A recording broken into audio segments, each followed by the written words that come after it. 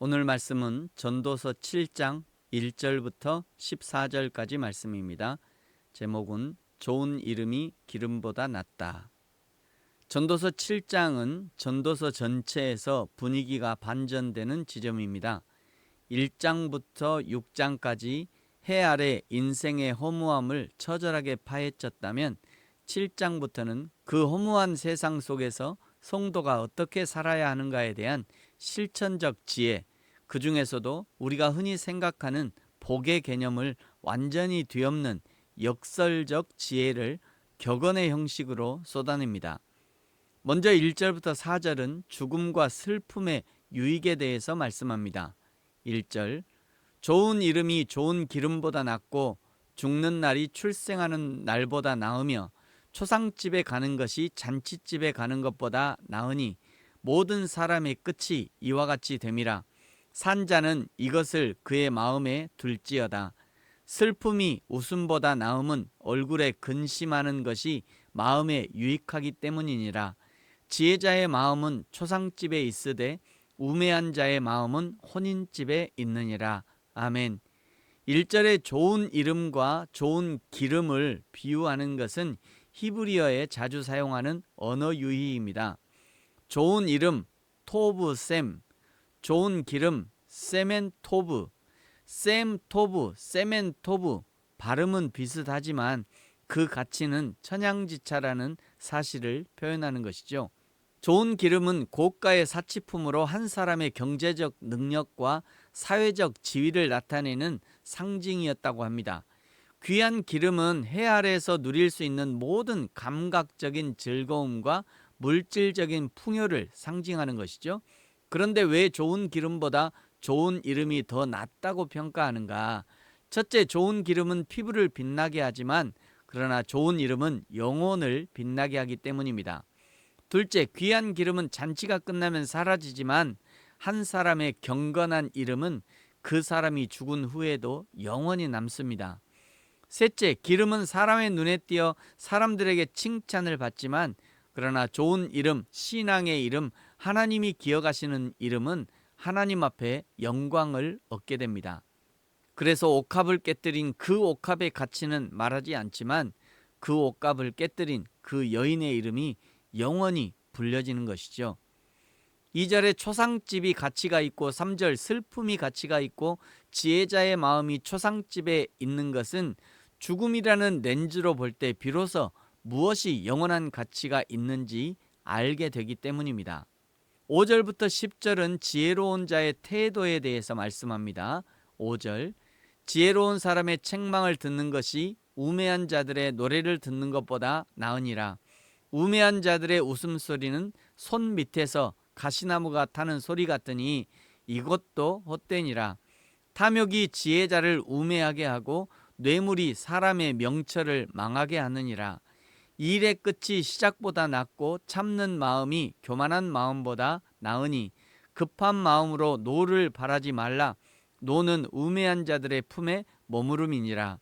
옛날이 오늘보다 나은 것이 어찌미냐 하지 말라.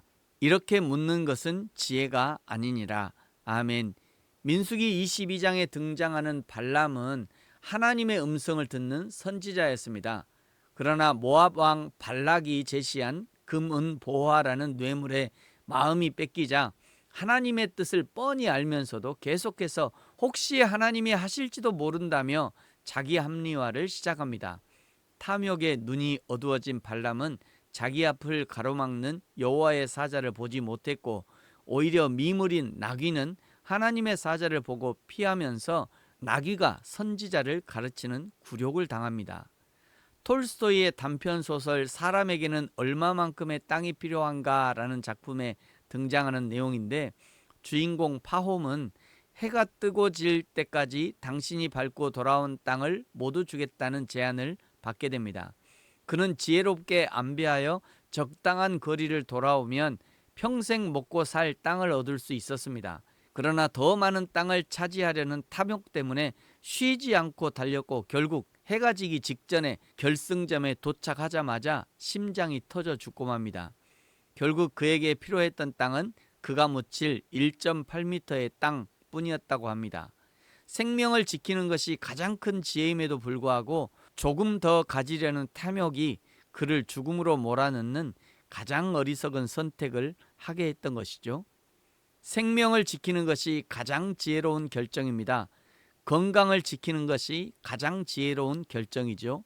그 중에서도 신앙을 지키는 것이 가장 지혜로운 결정입니다. 11절부터 14절은 형통과 곤고의 조화에 대해서 말씀합니다. 11절, 지혜는 유산같이 아름답고 햇빛을 보는 자에게 유익이 되도다. 지혜의 그늘 아래에 있음은 돈의 그늘 아래에 있음과 같으나 지혜에 관한 지식이 더 유익함은 지혜가 그 지혜 있는 자를 살리기 때문이니라.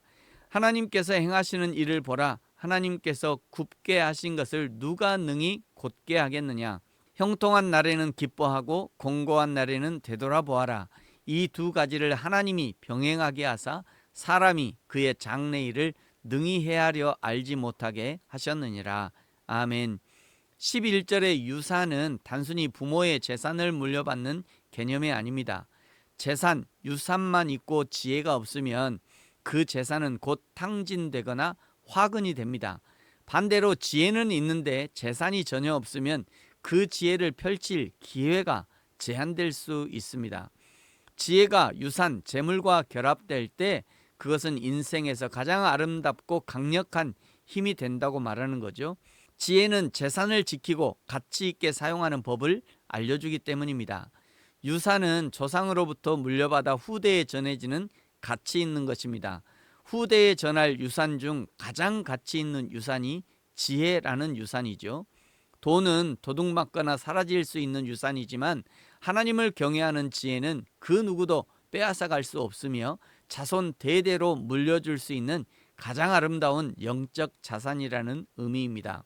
그러므로 자녀들에게 돈보다 지혜를 유산으로 주어야 합니다. 뿐만 아니라 전도서는 유산이나 돈을 쓸데없는 것이라고 치부하기보다 우리 삶을 실제적으로 보호하는 힘이 있음을 인정합니다. 성도들이 세상 속에서 영리하고 지혜롭게 처신하고 경제적인 이득을 취하는 것이 결코 세속적인 것이 아니라 하나님이 주신 유익임을 기억해야 합니다. 궁극적으로 성도에게 가장 아름다운 유산은 하나님 자신입니다. 13절에 있는 것처럼 하나님이 하시는 일을 그 누구도 막을 수 없는 거죠. 그러므로 성도는 하나님이 원하시는 바로 그 일을 실행할 수 있어야 합니다. 그것이 하나님의 영광을 드러내는 일이 될 것이고 그것이 나에게도 영광이 되는 것입니다. 날마다 하나님의 지혜를 따름으로 하나님의 영광을 누리는 저와 여러분이 되어지기를 예수님의 이름으로 축복합니다. 아멘. 기도하겠습니다. 하나님 아버지 감사합니다. 우리에게 여호와 하나님의 지혜를 주시고 하나님의 시각을 주시고 하나님의 마음과 하나님의 열정을 주셔서 여호와 하나님이 원하시는 바로 그 인생을 살아낼 수 있게 하옵소서. 우리의 자녀들에게 하나님을 아는 지식을 전달하게 하시고 그리하여 우리의 이름이 하나님 앞에 빛나는 이름, 기억하시는 이름이 될 수 있도록 축복하여 주옵소서. 감사합니다. 예수님의 이름으로 기도합니다. 아멘. 하늘에 계신 우리 아버지, 아버지의 이름을 거룩하게 하시며 아버지의 나라가 오게 하시며 아버지의 뜻이 하늘에서와 같이 땅에서도 이루어지게 하소서. 오늘 우리에게 일용할 양식을 주시고 우리가 우리에게 잘못한 사람을 용서하여 준 것 같이 우리 죄를 용서하여 주시고 우리를 시험에 빠지지 않게 하시고 악에서 구하소서. 나라와 권능과 영광이 영원히 아버지의 것입니다. 아멘.